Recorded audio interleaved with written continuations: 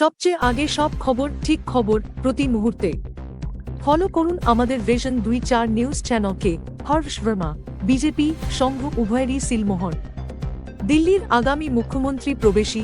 শোনা যাচ্ছে, প্রবেশকে দিল্লির মুখ্যমন্ত্রী করার বিষয়ে ঐক্যমত পোষণ করেছে সংঘ ও বিজেপি। নয়াদিল্লি, প্রায় 3 দশক পর গেরুয়া ঝড় দেখল দিল্লি। মুখ থুবড়ে পড়েছে আপ। 10 বছর পর দিল্লিবাসী মুখ ফেরাল অরবিন্দ কেজরিওয়ালের থেকে। নিজের গড় থেকেই জিততে পারেননি প্রাক্তন মুখ্যমন্ত্রী আপ প্রধান অরবিন্দ কেজরিওয়াল। অরবিন্দকে হারিয়েছেন দিল্লির প্রাক্তন মুখ্যমন্ত্রী সাহিব সিংহ বর্মার পুত্র প্রবেশ বর্মা।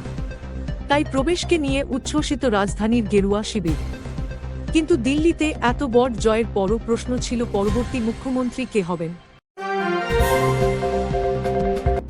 প্রবেশকে দৌড়ও এগিয়ে রাখলেও রাজনৈতিক পর্যবেক্ষকদের নজরে ছিল আরও কয়েকটি নাম।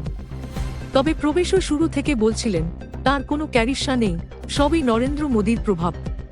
তাই মুখ্যমন্ত্রী কে হবেন তা নিয়ে তিনি চিন্তিত নন। চূড়ান্ত সিদ্ধান্ত নেবে দলের শীর্ষ নেতৃত্ব। তবে এবার অন্দরমহলের খবর, দিল্লির পরবর্তী মুখ্যমন্ত্রী হচ্ছেন প্রবেশী। রাজধানীতে এত বছর পর সরকার গড়ছে বিজেপি। তার শীর্ষ পদটিতে কে বসবে তা নির্ণয় করার ক্ষেত্রে সংঘের মতো গুরুত্বপূর্ণ। শোনা যাচ্ছে, প্রবেশকে দিল্লির মুখ্যমন্ত্রী করার বিষয়ে ঐক্যমত পোষণ করেছে সংঘ ও বিজেপি।